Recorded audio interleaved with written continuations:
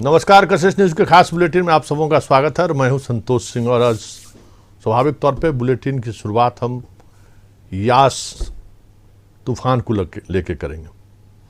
हालांकि मौसम विभाग के अगर 72 घंटे के पूर्वानुमान को आप देखें तो अभी भी मौसम विभाग के पूर्वानुमान में, हालांकि कहा जाता है पूर्वानुमान, लेकिन अभी भी उस तरीके से जिस तरीके का वो पूर्वानुमान लगाते हैं पूरी तौर पे वो खरे नहीं उतर रही है। उसमें कह सकते हैं कि कभी बहुत सारा बदलाव भी दिख जाता है।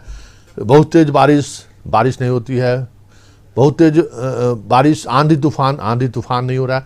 तो ये स्वाभाविक तौर पे है, प्रकृति की चीज़ें हैं, बदलाव स्वाभाविक चीज़ है। लेकिन इस वक्त एक बड़ी खबर आ रही है मौसम विभाग से, और वो खबर है कि बिहार के कई जिलों के लिए अलर्ट जारी हुआ है तेज बारिश का। समस्तीपुर, दरभंगा, शिवहर, सीतामढ़ी में यास तूफान का असर, पश्चिम चंपारण, पूर्वी चंपारण, गोपालगंज में भी असर दिखेगा। और इसको लेकर सभी जिलों में वज्रपात, ओलावृष्टि, बारिश को अलर्ट किया गया। मतलब सबसे बड़ी बात है ये जो अलर्ट है वज्रपात को लेकर भी है, ये संकेत सही नहीं है। और अगर क्योंकि वज्रपात, ये अगर हम बात करें यास तूफान की, तो इस दौरान वज्रपात की कहीं से कोई खबर नहीं आई थी, लेकिन वज्रपात को लेकर जो अलर्ट किया गया है तो उसमें जान माल की भी नुकसान हो सकता है बड़े स्तर पर। ऐसी स्थिति में शाम के बाद घर से ना निकलें, सावधानी से रहें, पेड़ के नीचे ना रहें, मोबाइल फ़ोन का इस्तेमाल करने से बचें। मोबाइल फ़ोन भी कई बार घातक साबित हुआ है। गाड़ी पे चढ़ने के दौरान मोटरसाइकिल वगैरह का इस्तेमाल करने से बचें। कहीं भी मतलब प्रवाह, विद्युत का प्रवाह अगर कहीं भी उसके बीच में अगर कहीं आप आ गए तो बड़ी घटना हो सकती है। इसलिए अगर आप रास्ते में चल रहे हैं तो अपना मोबाइल स्विच ऑफ कर लें, मोटरसाइकिल से चलने से परहेज करें। और चलिए इस बारे में हम जानकारी लेते हैं। हमारे साथ गौतम जुड़ गए हैं और मरगूब आलम जुड़ गए हैं। मरगूब, जरा बताएं कि ये क्या अलर्ट है? देखिए संतोष जी, अभी से लगभग 10 मिनट पहले हमारी बातचीत हुई है आनंद शंकर जो साइंटिस्ट हैं उनसे। उनका कहना है कि जो सैटेलाइट ऑपरेशन है उसके अनुसार, अब देखिए, अब अभी जो अलर्ट हुआ था उस अलर्ट में 3-4 जिले थे, लेकिन अभी 10 मिनट पहले एक और अलर्ट हुआ है। वो अलर्ट पटना के लिए भी है, वो अलर्ट मुंगेर के लिए है, भागलपुर के लिए है।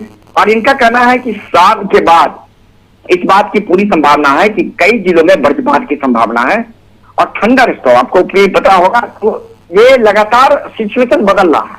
हालांकि इनका कहना है कि यास तूफान बहुत हद तक कमजोर हुआ है और ये बिहार के कई जिलों से गुजरता हुआ ये पूर्वी उत्तर प्रदेश की तरफ बढ़ रहा है। देखिए, ये नई चीज है, पूर्वी उत्तर प्रदेश की तरफ बढ़। इनका कहना है कि जैसे ही उत्तर प्रदेश में प्रवेश करेगा बिहार में मौसम खुल जाएगा। आपको पता होगा कि झारखंड में कई जिलों में मौसम खुल गया, वहां कह सकते हैं कि धूपे होंगे।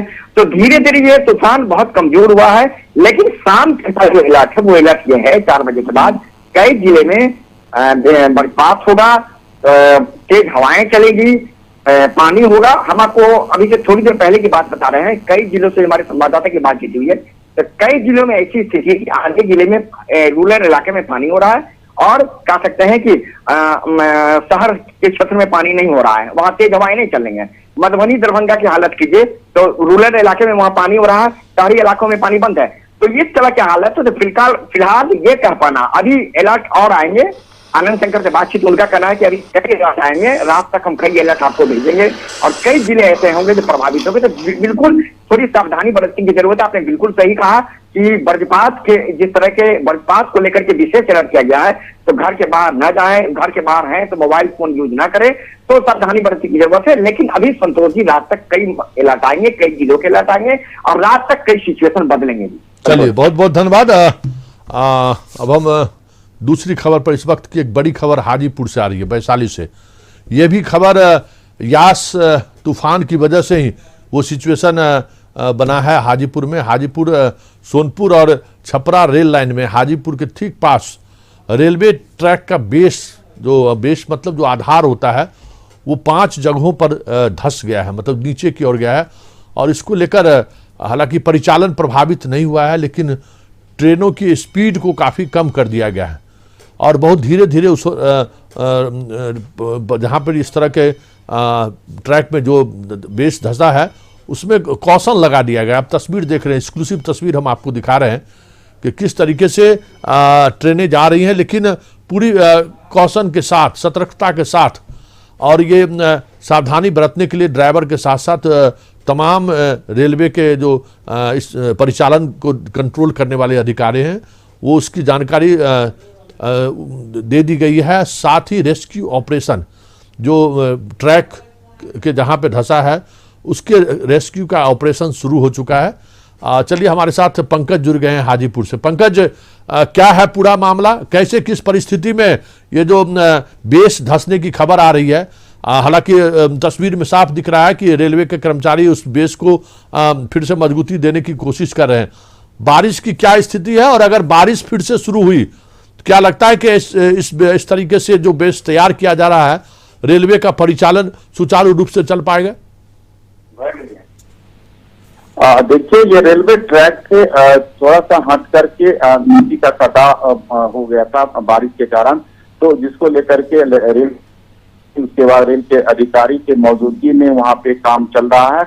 जहां से ट्रैक के बगल में जो मिट्टी धंसा हुआ था, तहसील सोनपुर से हाजीपुर के बीच करीब 5 जगहों पे इस तरह की मिट्टी धंसने की सूचना थी और 5 जगह पे मिट्टी धंसा भी था, तो उसको लेकर के वहां पे रेल अधिकारी अपने मौजूदगी में वहां पे काम करवा रहे हैं। हालांकि इससे आंशिक रूप से रेल में यातायात में थोड़ा बाधा पहुंचा था, लेकिन और दूसरी बात की जो स्पीड जितना स्पीड से उस ट्रैक पे गाड़ी ट्रेन चलनी चाहिए तो उस स्पीड को कम कर दिया गया और काम मरम्मती का काम वहां पे चालू है। हालांकि इससे कोई यातायात बाधित नहीं उतना हुआ, लेकिन प्रशासन इसको लेकर के काफी सजग दिखे रेल विभाग, क्योंकि मिट्टी का वहां पे कटाव से रेलवे ट्रैक के बगल से मिट्टी का कटाव होना बारिश के पानी से शुरू हो गया था। इसको लेकर के रेल प्रशासन सजग दिखे और मरम्मती का काम चल रहा है वहां पे, और फिलहाल जो ट्रेन है उसको कम स्पीड के द्वारा उस ट्रैक से पास कराया जा रहा है। चलिए, बहुत बहुत धन्यवाद पंकज, हमारे साथ जुड़े थे हाजीपुर से।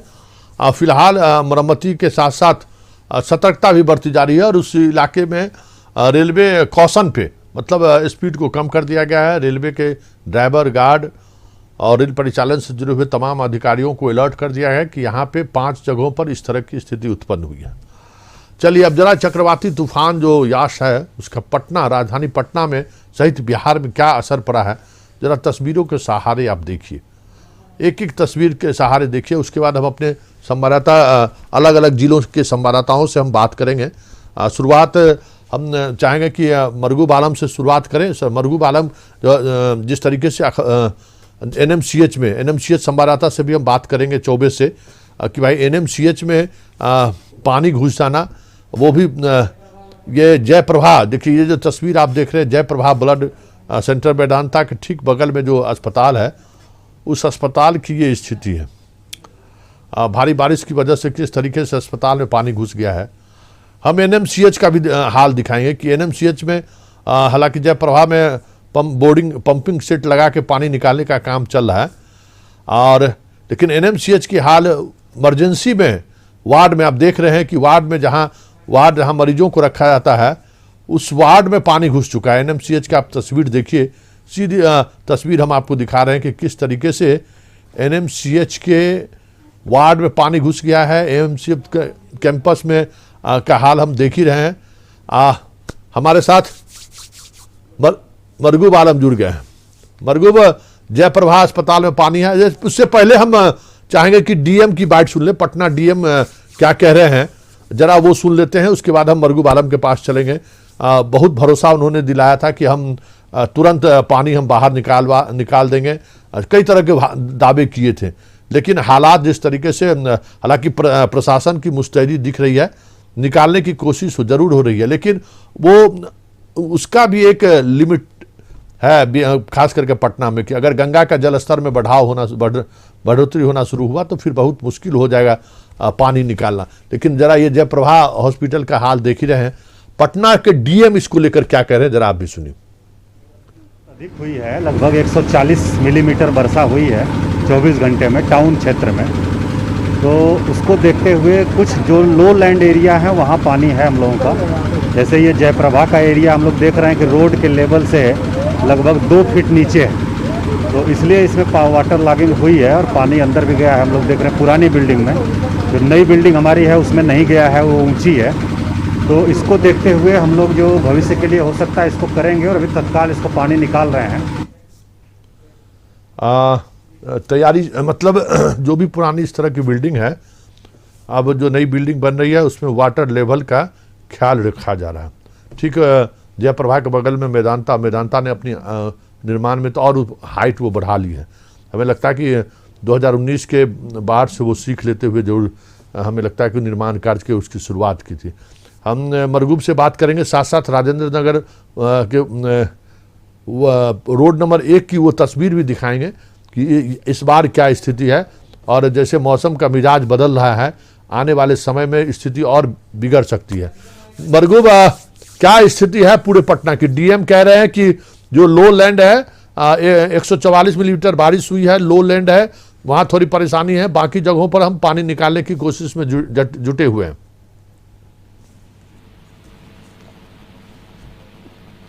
लगता है मरगूब आलम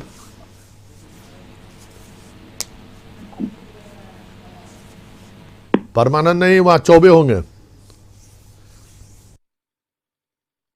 तब तक हम मरगूब आलम से चाहेंगे कि मरगूब आलम अगर हमारे संपर्क में हो, हाँ, मरगूब आलम को से हम जानना चाहेंगे कि पूरे पटना की स्थिति क्या है। एनएमसीएच की स्थिति के लिए हम चौबे के पास चलेंगे। उमेश चौबे जो अभी थोड़ी देर पहले वहाँ से खबर भेजे हैं कि जो मुख्य कोविड कंट्रोल जो वार्ड है वहाँ तक पानी पहुँच गया है, उसके अंदर पानी पहुँच गया है, और समझ सकते हैं कि मरीजों की क्या स्थिति हुई होगी। नालंदा, सवाल ये नहीं है कि नालंदा अस्पताल में पानी घुस गया है, सवाल ये है कि किस इंजीनियर ने उस जगह पे अस्पताल बनाने की स्वीकृति दी। वो पटना का सबसे लो लैंड है, और जो स्थिति है कि हर वर्ष पानी प्रवेश कर जाता है। तो ऐसे में सवाल उठना लाजमी है कि कौन ऐसे इंजीनियर साहब थे या किसकी सरकार थी, उसकी जिम्मेवारी तो बनती है। ऐसे लोगों को तो अभी सवाल उनसे करना चाहिए कि भाई क्यों ये स्थिति बनी है। अगर मरगूब आलम हमारे साथ जुड़ गए हो तो मरगूब आलम, ओवरऑल पटना की क्या सिचुएशन है अभी?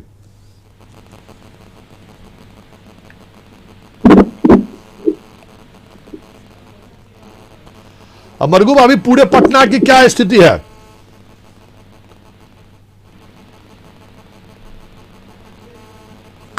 चलिए, एनएमसीएच से उमेश चौबे जुड़े हुए हैं। उमेश चौबे जी, बताइए एनएमसीएच का हाल। हालांकि जब भी बारिश होती है एनएमसीएच में स्थिति कमोबेश वैसे ही रहती है। हर कह सकते हैं कि अस्पताल के जो वार्ड हैं उसमें पानी प्रवेश कर जाता है। अब कोविड डेडिकेटेड अस्पताल है, वहां कोविड के मरीज का इलाज चल रहा है, तो जरा आप बताएंगे कि क्या सिचुएशन है वहां का, नालंदा मेडिकल कॉलेज का, और पानी निकालने की क्या तैयारी है? देखिए, दावे तो लास्ट किए गए थे पिछले बार अधीक्षक महोदय जब इंटरव्यू हम लोग था कि बारिश होती है, पानियां पहुंची है, लेकिन उसको निकालने का भी हमने तैयारियां कर रखा है और काफी तैयारी कि अभी पानी नहीं लगा। लेकिन जैसे ही बारिश हुआ पानी वहां लबालब भर गए। मेडिसिन विभाग से लेकर कोविड वार्ड तक पानी समा गया है। वहीं कोविड पेशेंटों को दूसरे वार्ड में स्थानांतरण कर रखा गया है, लेकिन छाट की 3 बात वाली बात है, जो कि पहले जो दावे किए गए थे वो भी गलत साबित हुए। सरकार ने जो दावे किए थे वो भी गलत है। इस बार स्थिति बड़ी भयावह है। दूसरी बात है कि बगल में आईडीएस क्वार्टर है, जहाँ डॉक्टर कॉलोनी है, वहां भी घर के अंदर पानी चला गया है। बगल में सीता साहू नहर रहती है। सारे लोग दावे तो करते हैं, लेकिन निचले स्तर पर काम कुछ नहीं हो पाता है। सबसे नाला उड़ाही की जो बात की गई थी, नाला उड़ाही भी किया गया। आनंद फाला में देर रात तक उड़ाही किया गया। चले आइए भूतनाथ रोड में, आप देख लीजिए, पूरा हाउसिंग डूबे हुए हैं, कहीं कोई निकालने वाला नहीं है। वहीं पर नाले को उन्होंने निर्माण कर रखा है, कोई देखने वाला नहीं। पता एसडीओ को बोला जाए, फलक अभियंता को बोला जाए, कोई नहीं सुनने वाला है, कोई देखने वाला नहीं। सिर्फ वाहवाही लूटा जा रहा है, कागज पर प्रचार की जा रही है, घोषणाएं लंबाई की जा रही है, कोई करने वाला नहीं, कोई देखने वाला नहीं है। ये हवाई हो रही है बातें। चलिए, बहुत बहुत धन्यवाद। सब कुछ हवा में हो रही है। मरगूब हमारे साथ जुड़ गए। मरगूब, पटना की क्या स्थिति है? देखिए संतोष जी, सुबह से ही लगातार कशिश जिस खबर को चला रहा है कि दावे जो थे वो दावे कहाँ, वो इलाका आप समझिए राजेंद्र नगर का, उस इलाका में जल जमाव है, राजवंशी नगर में जल जमाव है, कंकड़बाग में जल जमाव है। अब आप समझिए कि जय प्रभा हॉस्पिटल में पूरी तरह से पानी, माने कि पिछले 4 घंटे से वहां पंप लगा हुआ है, लेकिन फिर भी पानी पूरी तरह से नहीं निकल पाया। तराहीम संदेश के बाद डीएम वहां पहुंचे। डीएम से हमारी बातचीत हुई। डीएम ने कहा कि माने कि जो आशाएं थी मौसम विभाग की, उस आशा से ज्यादा पटना के शहरी क्षेत्रों में पानी हो गई। उन्होंने स्वीकार किया कि इतनी इस तरह का इलाज हमारे पास भी नहीं था कि इतनी ज्यादा पानी होगी, रात भर पानी हुई है। तो बिल्कुल पंप हाउस चालू है, पंप से पानी निकाला जा रहा है और हम आगे भविष्य में किसी भी अस्पताल में इस तरीके से पानी ना जाए, और जब अस्पताल में ही पानी चला जाएगा, खास करके कोविड का समय है, तो वह स्थिति और गंभीर होगी। इस बात को स्वीकार किया डीएम ने। तो इसको लेकर के हम निश्चित तौर पर आज शाम के बाद हम इस पूरे मामले पर बैठक करेंगे और एक नई रणनीति के तहत हम चलेंगे। क्योंकि बरसात आ रहा है, जून आ रहा है, तो हालात इस तरह के ना हो बरसात में। तो बिल्कुल स्थिति वही है। झाग का 3 बात है। नाली उड़ाही का काम अगर आप देखेंगे तो हमेशा नाली उड़ाही का काम होता है, लेकिन बात वही है, फिर वही बिल्कुल हमारे संवाददाता ने सही कहा कि सब कुछ हो रहा है, लेकिन सब कुछ होने के बावजूद भी स्थिति वही हो रही है। इस पर यह विचार करने की जरूरत है। अगर सब कुछ हो रहा है तो फिर हालात वैसे क्यों बनना है? राजेंद्र नगर का इलाका वैसा क्यों हो रहा है? जयप्रभा हॉस्पिटल में हर साल, कंकड़बाग में आपको याद होगा कि हर साल वहां पानी लगता है, फिर वही हालत है। आखिर पानी नहीं लगे इसके इंतजाम क्यों नहीं हो पा रहे हैं? बड़े बड़े अधिकारी यहाँ आए, बड़े बड़े नगर आयुक्त आए, सभी नगर आयुक्त, आजकल तो आईएएस आ रहे हैं, आपको पता होगा संतोष जी, पहली वाली बात तो है नहीं। आईएएस अधिकारी आते हैं, फिर भी वही हालत होता है। पंप हाउस चल रहे हैं, पंप कह सकते हैं कि लगातार मेन हॉल की हो रही है, वही हालत है। अब आप देखिए विकट स्थिति, उस नाला रोड की हालत देखिए, 1 दर्जन से ज्यादा गाड़ियां फंसी हैं संतोष जी। और डीएम ने नगर आयुक्त को चिट्ठी लिख दिया था 4 दिन पहले, जब याद तूफान का अलर्ट आया। ये बड़ी खबर इसलिए है कि डीएम ने चिट्ठी लिखा कि यहाँ तत्काल मेन होल जो है इसको आप ठीक कराइए, लेकिन घाट के 3 पार्ट, वहां 1 दर्जन से ज्यादा आदमी घायल हो चुके संतोष जी। 1 दर्जन से ज्यादा गाड़ियां चली गई हैं, 1 पुलिसकर्मी नहीं है, 1 नगर निगम कर्मी है। आखिर में लोगों ने क्या किया है कि जिस इलाके से गाड़ी गुजरती है, निकलती है, वहां उन लोगों ने खुद बैरिकेडिंग कर दिया है कि आप इस रास्ते से न जाए। 4-4, 5-5 मेन हॉल खुले हुए हैं, बड़े बड़े गड्ढे करके वहां छोड़ दिया गया है, कोई देखने वाला नहीं है। हालात इतने खराब है पटना में, समझिए। उप मुख्यमंत्री स्तर पर हर दिन बैठक हो रही है। रामकृपाल यादव ने अभी जो मेरे पास जानकारी आ रही है थोड़ी देर पर संतोष जी, मैं उसी खबर को मैं कंफर्म कर रहा था, हम आपको बता रहे हैं। रामकृपाल यादव ने तारकिशोर प्रसाद, जो ग्रामीण विकास विभाग के मंत्री भी हैं, उनको चिट्ठी लिखी है और उनको कहा है, नगर विकास विभाग के, माफ करेंगे, उनको कहा है हालात अगर इसी तरीके से रहे तो फिर पटना में एयरफोर्स के लोग यहाँ ड्रॉपिंग करेंगे। हालात बहुत खराब है, दानापुर की स्थिति बहुत खराब है, संगनापुर की हालत खराब है, पटना में खराब है। आप अपने ओर से तत्काल अधिकारियों को कहिए कि जो नाला उड़ाई हो रहा है वो ठीक ढंग से हो, कहाँ पानी जाम हो रहा है, कहाँ पानी नहीं निकल पाता, उसको ठीक कीजिए, अन्यथा पटना एक बार डूबेगा। ये बड़ी खबर आ रही है और अभी से पूरी खबर को हमने कंफर्म किया है। चलिए, बहुत बहुत धन्यवाद।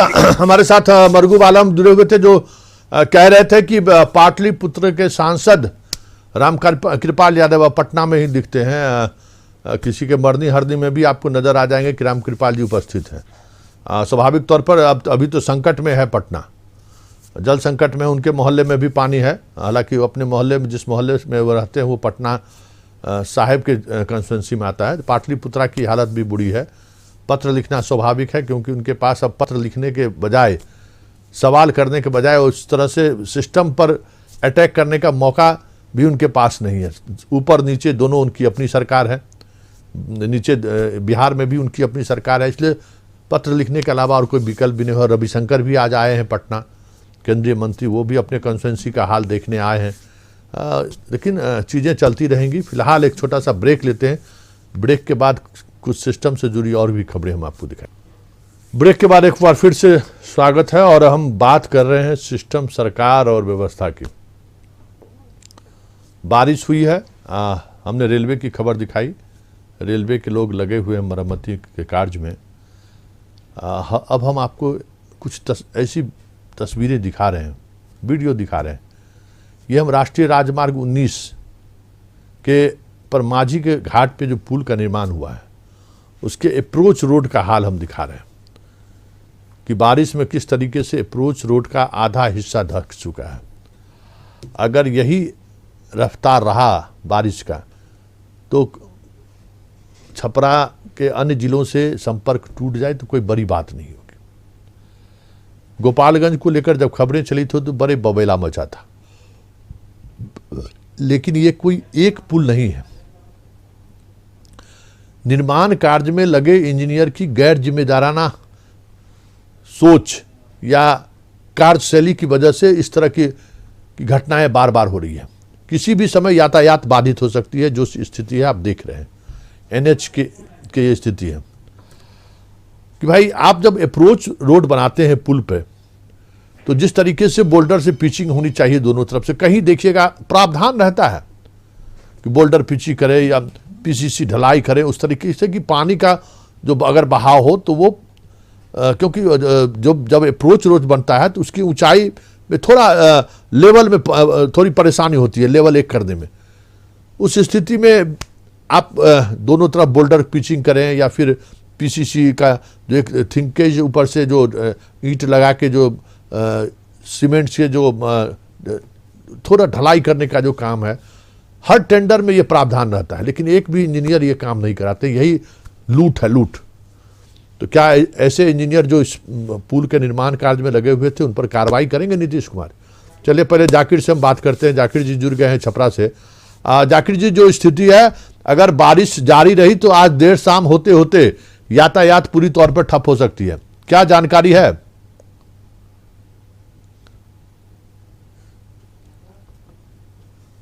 जो बारिश हो रही है, बारिश का पानी पुल से होते हुए उस जगह पे गिर रहा है जहाँ कटाव हुआ है, और ये कटाव जो हुआ ये सरयू नदी में पानी का बहाव तेज होने की वजह से हुआ, जो लगातार बारिश हो रही है यास चक्रवात की वजह से। इसकी वजह से ये सारा मामला आगे बढ़ा है और स्थिति जो है बद से बदतर होती जा रही है। इसके पहले भी जो उत्तरी छोर था जयप्रभा सेतु का, उसको कटा था और एक एक्सीडेंट भी हुआ था वहां पे। एक कार सवार उस गड्ढे में लेके कार गिर गया था जिससे उसकी मौत हो गई थी। वैसी स्थिति अब दक्षिणी इलाके में, जो उत्तर प्रदेश के इलाके में पड़ता है, उस इलाके में ये कटाव शुरू हुआ है। लेकिन इस कटाव का सबसे बड़ा असर जो पड़ेगा वो पड़ेगा बिहार और उत्तर प्रदेश के सड़क आवागमन पे। जैसे ही ये पूरी सड़क कटेगी, जो अभी तक लगभग 25% कट चुकी है, ये सड़क कटते ही बिहार का उत्तर प्रदेश के सीमाई इलाके जैसे बलिया, बैरिया, गाजीपुर तक का इलाका है, इसका ये संपर्क, सड़क संपर्क जो है वो टूट जाएगा। इससे बड़ी परेशानी होगी लोगों को। चलिए बहुत बहुत धन्यवाद। अगर स्थिति में सुधार नहीं हो, 75% कट चुका है, अगर सुधार नहीं हुआ तो किसी भी समय आप यातायात प्रभावित हो सकती है। बिहार का यूपी से मतलब मध्य बिहार का यूपी से, मतलब उत्तर बिहार का यूपी से संपर्क टूट जा सकता है। चलिए बहुत बहुत धन्यवाद जाकिर जी। अब ये हम आपको खबर दिखा रहे हैं बुंडू रांची से। देखिए किस तरीके से 3 वर्ष पहले पुल का निर्माण होता है और वो पुल टूट जाता है। मुख्यमंत्री रघुवर दास जी थे तो उनको जिम्मेवारी तो लेनी पड़ेगी। जो उस समय के ग्रामीण विकास मंत्री थे उन्हें तो जिम्मेवारी लेनी पड़ेगी।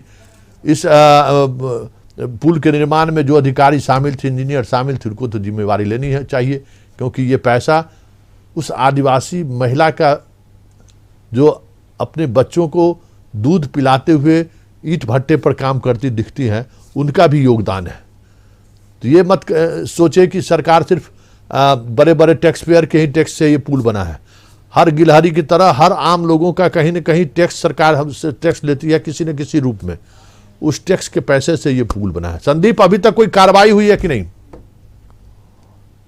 जी, चक्रवाती तूफान में यह पुल ढह गया है और करोड़ों की लागत से इसका निर्माण हुआ था। और मुख्यमंत्री ने आज ट्वीट करके जनता से अपनी बातें रखी हैं कि जो लोग भी इसमें शामिल होंगे उन पर कार्रवाई होगी, क्योंकि इस सरकार में भ्रष्टाचार कहीं से भी बर्दाश्त नहीं की जाएगी।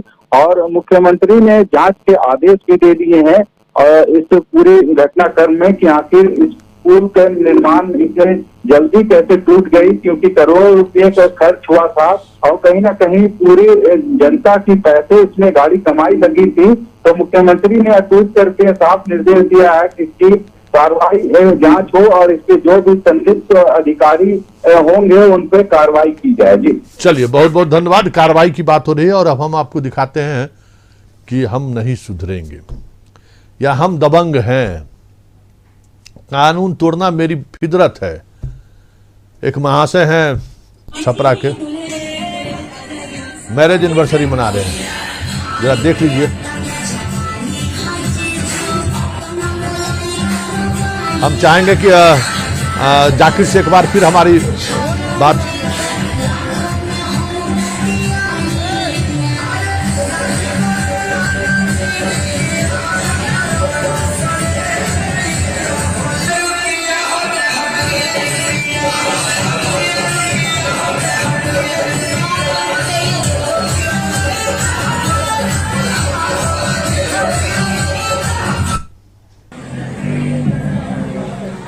इन्हीं महाशय का मैरिज एनिवर्सरी है, जरा देखिए। मतलब मुख्यमंत्री आपदा प्रबंधन विभाग इस तरह के समारोह में 20 से ज्यादा लोगों की उपस्थिति नहीं रहनी है, लेकिन आप देख सकते हैं कि कितने लोग उपस्थित हैं, नाच गान सब कुछ चल रहा है। छपरा से ये खबर आ रही है, आप सोच सकते हैं अगर जाकिर को अगर हद तक हमारी आवाज पहुंच रही हो।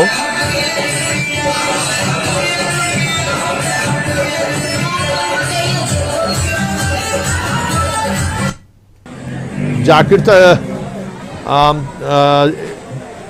जाकिर जी जरा ये बताइए, नियम तोड़ना और इस तरह से माखोल उड़ाना कानून का तो कोई छपरा के इन बाबू साहब से सीखे, लेकिन जरा हम ये जानना चाहते हैं ये महाशय हैं कौन? आप देख सकते हैं कि ये जो वीडियो है ये एक फन पार्क का है, वाटर पार्क का है, जिसे कोविड के गाइडलाइन के तहत इसको बंद करा दिया गया था, क्योंकि कहीं भी कोई भी जो सार्वजनिक स्थल है जहाँ लोग की जुटने का संदेशा होता है उसको बंद करा दिया गया है अगले आदेश तक। लेकिन ये जो फन पार्क है, ये वाटर पार्क है, इसमें कलेक्टर नागेश तिवारी करके एक होटल संचालक है, उनकी ये 25वीं शादी की सालगिरह थी जिसका वो जश्न मना रहे थे। लेकिन जश्न मनाने में उन्होंने बड़ी चूक ये कर दी कि पहले तो उन्होंने एक सार्वजनिक स्थल का चुनाव किया, एक फन पार्क का चुनाव किया, दूसरे वहां पे उन्होंने बालाओं के ठुमके भी लगवाए और तमाम लोग जो थे वहां मौजूद उनमें से ज्यादातर कहा जाए तो 95% लोगों ने कोविड गाइडलाइन का कोई पालन नहीं किया और बिना मास्क बिना सैनिटाइजर के लगातार डांस करते दिखे और ये जश्न के साथ ये रात भर चला था। जी चलिए जरा तिवारी जी का ख्याल करिए और कोशिश करिए कि सख्त कार्रवाई इन पर हो, क्योंकि उसी छपरा जिला में एक थानेदार पर कार्रवाई हुई है बहुत चंद घंटे पहले कि एक दुकानदार को उन्होंने सील तोड़ने पर डंडे चला दिए तो हाईकोर्ट तक संज्ञान ले लिया। क्या हाईकोर्ट इस नाच करने वाले व्यक्ति के खिलाफ संज्ञान ले सकता है? कानून खुल्लम खुल्ला ये तोड़ रहे हैं तिवारी जी, जरा आप अंदाजा करिए। अब हम सीतामढ़ी की भी एक तस्वीर आपको दिखा दें, कहीं एक बीमार एक अनार 100 बीमार वाली स्थिति है, देख लीजिए, कोई फर्क नहीं पड़ता है, मतलब चल रहा है डांस पार्टी। मतलब कोई आदेश, अगर सीतामढ़ी रिपोर्टर से हमारी बात हो जाए तो हम चाहेंगे बात करें उनसे कि कौन ये महाशय हैं जिनको सार्वजनिक मंच पर बुलाकर उनको सम्मानित किया जाना चाहिए। ये स्थिति है कि भाई कोई मास्क का अनुपालन नहीं है और डांस चल रहा है। मतलब कहाँ जनता है हम, तो अधिकार है तो जिम्मेवारी भी है ना, जवाबदेही पाकिस्तान के लोग निभाएंगे या श्रीलंका के लोग या नेपाल के लोग से उम्मीद करते हैं। आप भारत में हैं, भारत में आप कर्तव्यों का पालन की जिम्मेवारी भी आपकी है, कानून का पालन करना आपका धर्म बनता है। चलिए, यही हमारा एक ये भी तस्वीर है और इसी तस्वीर के सहारे हम ये कहते हैं कि बिहार में कानून का राज है। चलिए, इस खास बुलेटिन को यहीं समाप्त करते हैं। कल फिर हमारी आपकी मुलाकात होगी। फिलहाल हमें इजाज़त दीजिए, नमस्कार।